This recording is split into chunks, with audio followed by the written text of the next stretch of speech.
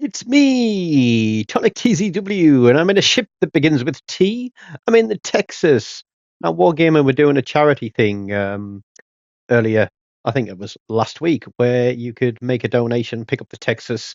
That would go to, I think it was like the Texas Restoration Fund or something like that. And all the proceeds of that sale would go to Texas, and you got the ship and a few other little goodies as well. This is the build that I'm running with Azulane, Colorado. I don't know why. I've been mixing and matching and changing builds around, trying out different things. Not going for meme builds, perhaps not going for the perfect build or the perfect skills, but I play what works for me. So just because something works well for somebody else doesn't necessarily mean that it will work well for you. So mix it up. Mix it up. That's if you've got any resources left after throwing everything away at the shill. If you've done that this week, so congratulations to you that have well and truly been shilled. And for those of you that don't own the shill, then make sure that you focus it as hard as you can every time you see it, and keep that focus going all night long. Yeah, don't bully them. Don't bully the shills. No, that's not nice. But yeah, I'm sure that given the division that it has created within the community about the way to get access to that ship, I imagine that many shill owners are going to find themselves on the receiving end of some very large salvos from many different directions at the same time. But let's forget that one for now, because we are in the Texas, and Texas is a hot place, and there's nothing like an ice cold 6-pack, is there? And trust me, I'm not going to jump in my ship and go sailing down to the 7-Eleven, but I'm going to give you an ice cold 6-pack in this one. Now, that Rattlehead, he has been battered from the start. Rattlehead is basically an Omaha. Was it Metallica that they did a collaboration with? So you got the ship and the skin, and I can't remember the guy's name, the skeleton guy that sits on top that you can barely see. One of my niggles about that ship is that I think there's a green light on the bridge, which should normally be starboard, because port is red, and I think the lights are on the wrong side, which is really annoying. Depends how you look at it, I suppose. But that guy has lost around, let's say, 97% of his hit points so far. Am I going to get a tickle on him? Yeah, we get a tickle on him. So he's probably lost 99% of his hit points now, but he is running away. Kraken 205, that will be coming up after this one, is in the Julio Cesaria. I think I got very lucky with this salvo here, because in no way did I lead that emerald enough to make the best use of that salvo. But we got the back turret off right at the end. I'm thinking he got away with it, and then boom, no, he didn't. That last couple of shells that went across from my last turret landed just in the sweet spot and gave him a bit of a tickle. He should probably go and get his prostate checked, actually, with the way that last one landed. But here we go. Lose sight of the Wyoming. That's a shame, because he was flat broadside. And I could have let the cruiser take care of this cruiser while I waited for a reload. But instead, I'm hanging onto a shot because I can't see that Wyoming. I'm probably broadside to him, so I don't want to reveal myself while this Phoenix is wiggling backwards and forwards in the middle of the map. But here we go. Shells out there. How are we going to do? A couple of niggles in this game. Firstly, a carrier who wouldn't spot the destroyer. A destroyer, the only destroyer on our team, who completely ignored the fact that it's epicenter and that Cap's a king, and goes hair-arsing down the back of the map after red team's aircraft carrier. But I'm going to do something to that destroyer, blue team's destroyer, just to really make him see that it was not worth his while in doing that. But I'm also going to do something to red team's destroyer as well. There we go. We've fired 3 salvos. We've got 2 turrets coming up. He's getting battered a little bit. Let's get those last couple of turrets out there and see if we can pick up a kill. Now, I haven't got the range on these guns with the Texas. That's the shortfall. And I know that Red Team are pushing hard on the opposite flank. But I'm literally, at this point in the game, I was thinking, Destroyer, mate, you've done absolutely nothing for the team. You haven't spotted, you haven't captured, and you most certainly are not going to get a kill, because I am going to do something, little bit of luck here with RNG, but I am going to do something that is going to make the entire journey down that side of the minimap absolutely worthless for you. There is Red Team's Destroyer in the Wakeful. The Langley comes into range. 4 turrets only. Save that 5th turret. See if we can plop a shot onto that Wakeful. But he is going to get lucky. And our Destroyer is obviously going to get his trousers pulled down, bent over a table, and shafted by the Wakeful. Time for a change of tack, a change of direction, because they no longer have a carrier in the game, which means that we can move around a little bit more freely. But also, one of the reasons that I am going to turn around is that Red Team are pushing hard up that other flank. And Red Team's Destroyer is also in front of me. And our team are getting a little bit beating up at the moment. And that is not good. So I'm going to swing a 180. I don't want to be sailing towards where all the little murder dolphins are with the torpedoes off the Destroyer. And I want to try and put myself in a position that I can get a broadside onto these battleships. Now, the Peter Velicky there, I am going to get a little bit sarcastic and give him a well done. Because he's got a very strong bow at him, but for whatever reason, instead of slamming it into reverse and bow tanking these battleships and bouncing all the shots that he can, he is going to go sailing straight into the middle of them. And when you've played nearly 20,000 games, you see things like this beginning to develop on the map, and you know what is going to happen. You know, that guy cannot angle against 3 battleships. His strongest angle was his bow, and he didn't use it. And now RNG is going to absolutely desert me for this Nevada. There's the New York shooting, I think it's a derp flinger, but we get a good, solid hit there on that Nevada. But the Derflinger gets the kill. New York is burning. I know this Destroyer's here somewhere. I want to turn in onto the capture points because I can see that the center point is turning, which means that there is a ship there and it is unsighted. But it isn't.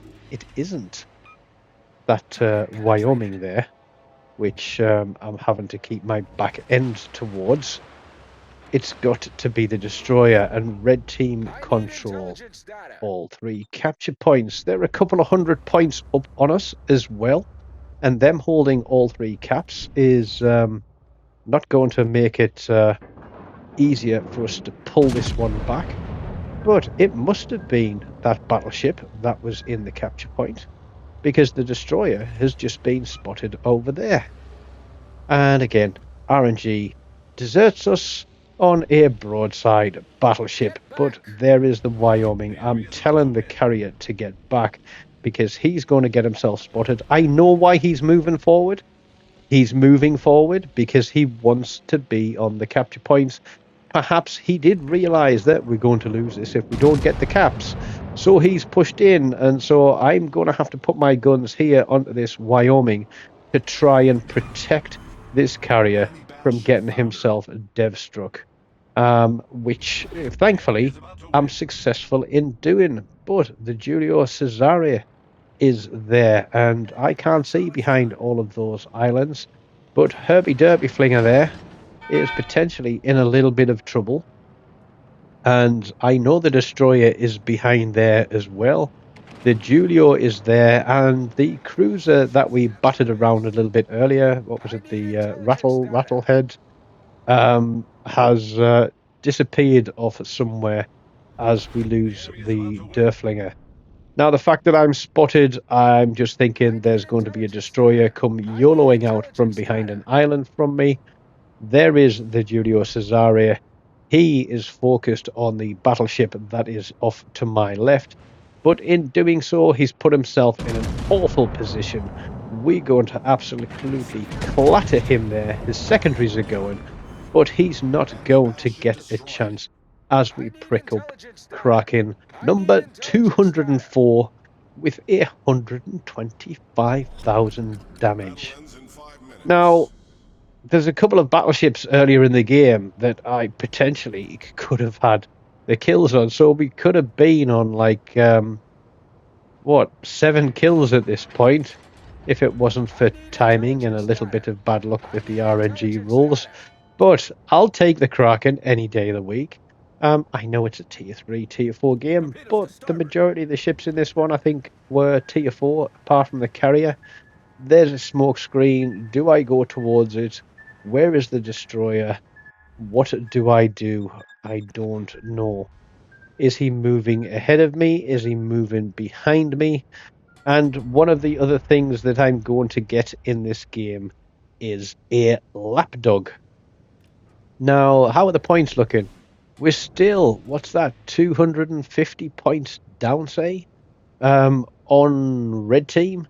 So they've pretty much got a victory on the go here, because they still have a destroyer. We've got 2 battleships and a carrier, and that destroyer only needs to get lucky once.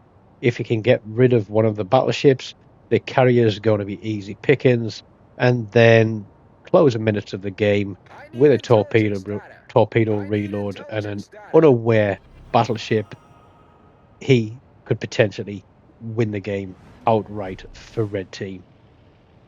Now, I have been spamming I need intelligence data literally this entire game. The destroyer, knowing where he is, would be absolutely key to us being able to stay safe. And I'm pinging the map, calling on this carrier to give us some information to tell us where this destroyer is. But all he's interested in is chasing that low health cruiser down the map. Now, I know it might bring the points back towards us, but we've got 3 caps now, and survivability is key to winning this game. Destroyer there gets himself spotted, and I can't believe what he's spotted by. He must have fired his guns at the Wyoming or the carrier, or even been spotted by the carrier. But the CV pushed in.